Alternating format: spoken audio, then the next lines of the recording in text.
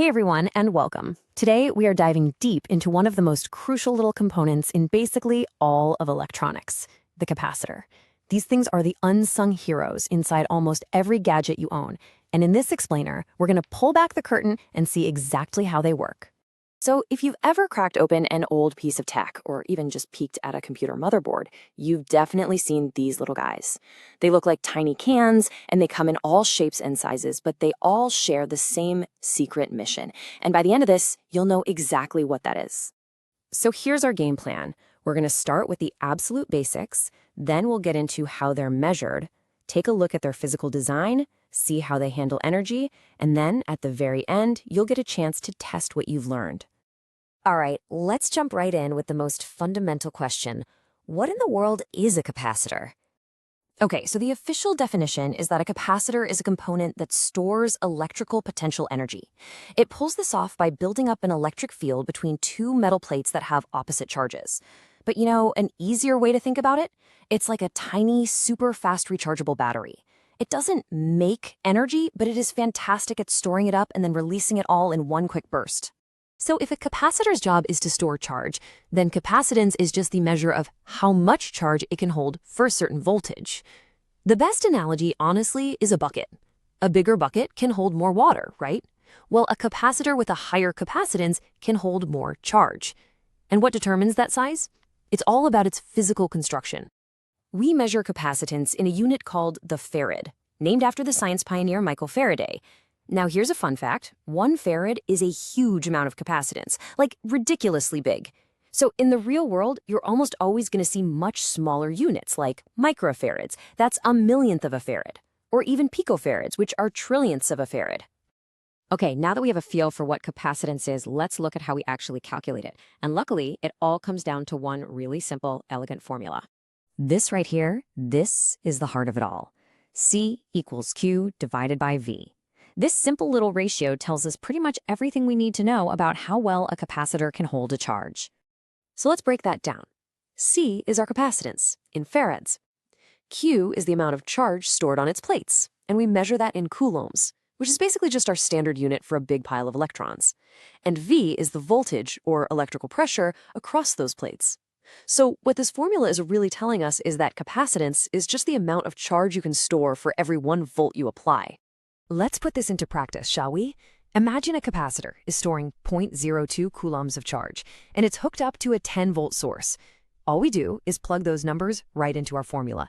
C equals 0.02 divided by 10, and that gives us 0.002 farads, or how we'd probably write it, 2 millifarads. See? Simple as that.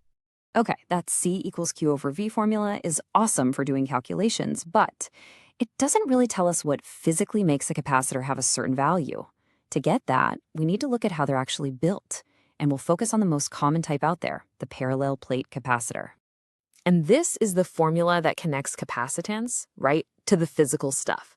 C equals epsilon, that's that little Greek letter you see there, times A, all divided by D. So what does all this mean? Well, A is the area of the plates. Think about it. Bigger plates mean more room for charge to hang out, so your capacitance goes up. D is the distance separating them. If you move the plates farther apart, that electric field between them gets weaker, so capacitance goes down. And that funky symbol, epsilon, stands for the permittivity of whatever material is between the plates. It's basically a measure of how well that material can support an electric field. And this is where things get really cool. That material between the plates matters a lot. If you just have air or a vacuum in there, you get a certain amount of capacitance. But if you slide an insulating material, what we call a dielectric, in between them, the capacitance can go way, way up. It's like a secret weapon to supercharge a capacitor's storage ability without actually making it any bigger. Let's try another one. We've got 2 plates, each with an area of 0.01 square meters, and they're separated by 0.002 meters, just in a vacuum. We grab our formula and we plug in the values for epsilon, the area, and the distance.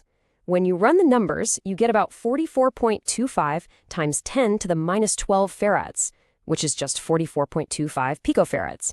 See? Just like we predicted, a really tiny number.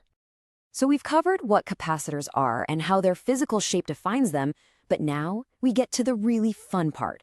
how they store and unleash energy, and how we can actually combine them in circuits to do all sorts of useful jobs. This is the formula for the potential energy stored inside a capacitor, and we usually label it with a U. It's equal to 1/2 times the capacitance times the voltage squared.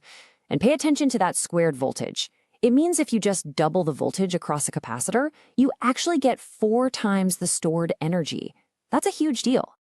So, how much energy can a 5 microfarad capacitor hold when it's charged up to 12 volts? Let's plug it in. 1/2 times 5 times 10 to the negative 6 times 12 squared. That gives us 0.00036 joules, or 360 microjoules.